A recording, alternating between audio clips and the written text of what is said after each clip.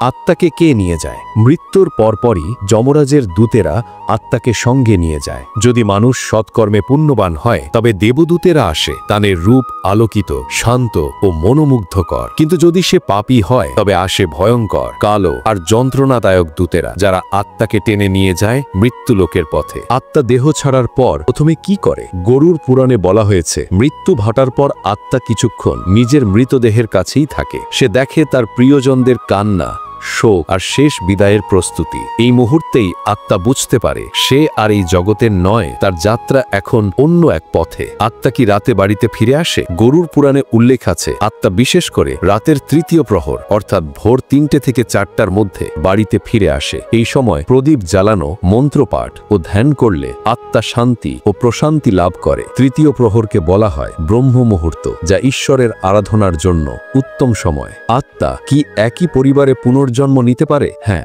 গরুর পুরাণে বলা হয়েছে, যদি কোনো আত্মার আসক্তি, ভালোবাসা বা মোহ খুব গভীর হয় তবে সে সেই একই পরিবারে, এমনকি একই ঘরে পুনর্জন্ম লাভ করতে পারে। এভাবেই জীবনের চক্র আবারও শুরু হয়।